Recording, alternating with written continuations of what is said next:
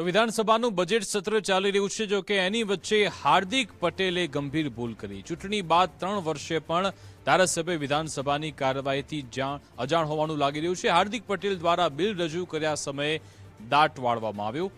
રમતવીર પ્રોત્સાહન વિધેયક રજૂ કરતા સમયે હાર્દિક પટેલે ભૂલ કરી હતી.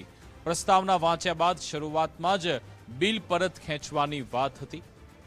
હાર્દિક પટેલ દ્વારા લેવાયેલા બિલમાં એમએલએ ચૈતન્ય દેસાઈએ પ્રવચન અટકાવ્યું હતું. અધ્યક્ષે પણ હાર્દિક પટેલને સવાલ પૂછ્યો હતો.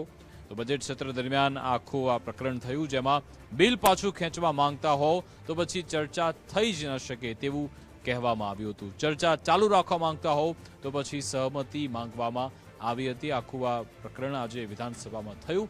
હાર્દિક પટેલે સહમતિ આપતા પછી બિલ પર ફરી ચર્ચા શરૂ થઈ હતી. ચૂંટણી બાદ પણ 3 વર્ષે પણ એમએલએ વિધાનસભાની કાર્યવાહીથી અજાણ હોય તેવું લાગી રહ્યું છે. એક બિલની અહીંયા ચર્ચા થવાની હતી, જોકે એમાં શરૂઆતમાં જ બિલ એની સામે વિરોધ હોય તેવી કોઈ વાત હતી. રમતવીર પ્રોત્સાહન વિધેયક રજૂ કરી રહ્યા હતા એ સમય દરમિયાન હાર્દિક પટેલે ભૂલ કરી હતી.